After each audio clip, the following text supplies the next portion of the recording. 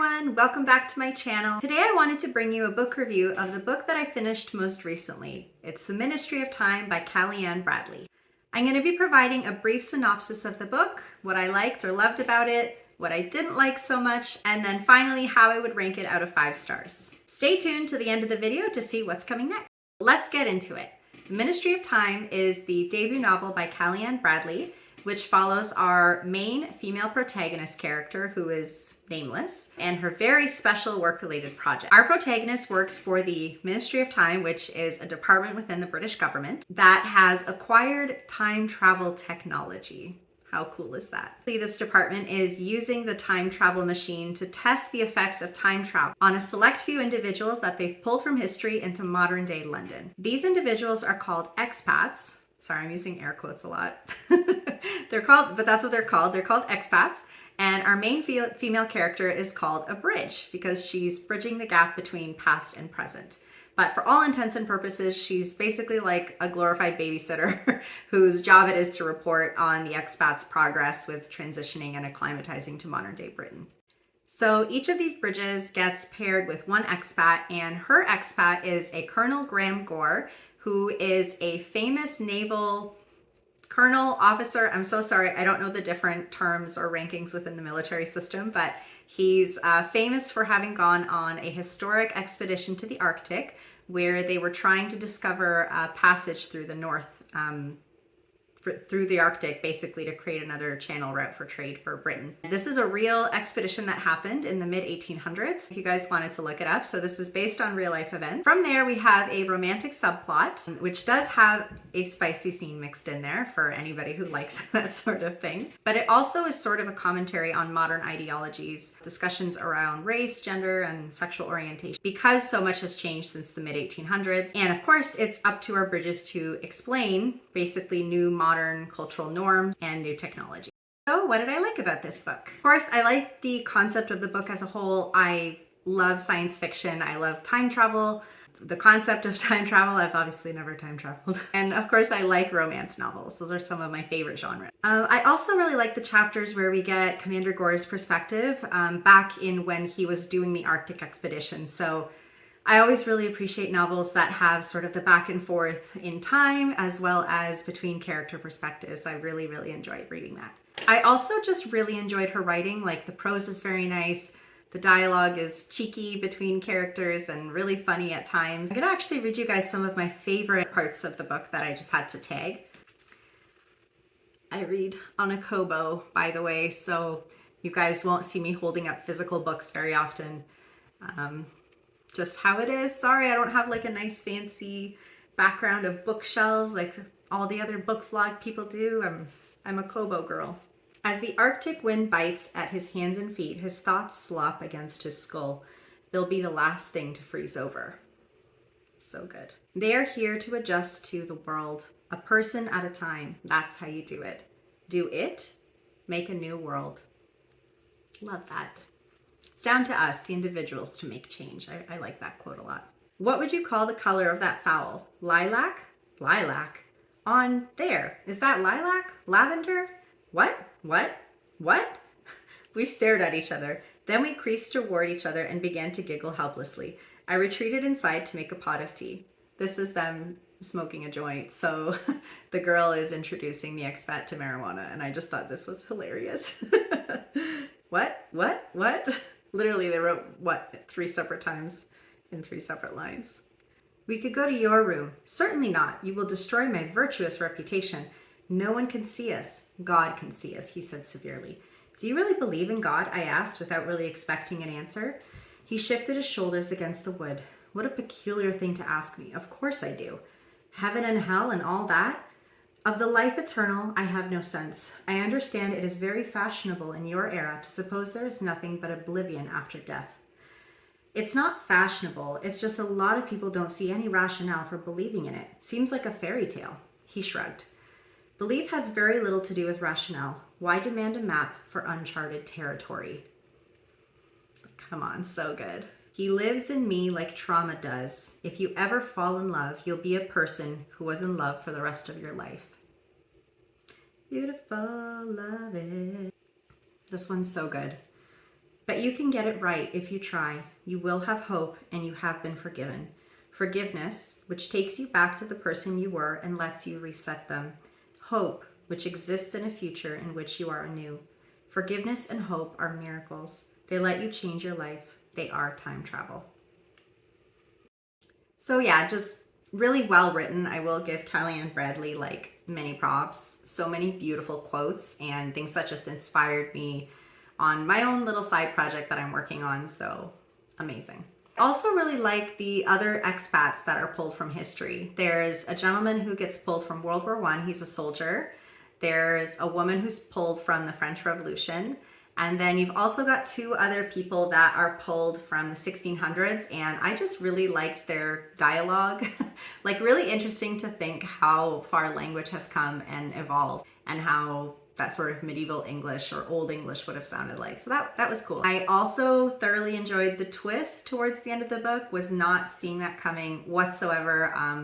Just thoroughly surprised, really enjoyed that. And it just kind of brought everything together, which I really liked. Okay, so let's get into some of the things I didn't like so much about the book or that I thought could be improved. So I personally, if you don't feel this way, it's okay. I'm just giving you guys my takes on books. Friendly reminder, this is all my opinion. I could have done without any like modern day ideologies being peppered in. Well, I kind of understand why the author wrote them in, because it would be sort of natural conversations that these characters have. I tend to just lean away from anything with even a tinge of politics. So again, that's just a personal preference. Like no matter what side of the aisle you're on, if I'm picking up something for entertainment, I'm looking for an escape from modern day. Like I'm looking for adventures, for, you know, romance. I tend to also not even lean into like horror. Like that's not my cup of tea. I want something that's like a fun escape. So that's just one of my things that I could have done without. But I will say the author did balance it very nicely. Like this could have gone really off the rails and become like such a commentary on those topics. But yeah, I could have just done without that. So my other critique of the book was it was branded or marketed as like a time travel novel, but there wasn't really a lot of that in the book. So the most that we get, the majority of the book is just kind of the expats that were taken from different times in history, and then it's kind of static. Like there isn't a lot of like back and forth with time travel or like expanding on the concept and the effects. I don't know, it felt like it kind of came in at the end again, but so much of it was not that. Like it wasn't the most science fiction-y book, right? So that, I think that's where I'm going with this. Like there was elements of time travel sprinkled in, but I don't know if I would call it like a time travel book. It was really soft on the science fiction aspects, I will say that. Kind of building off of my last point, it felt like all of the action was kind of happening at the end of the book.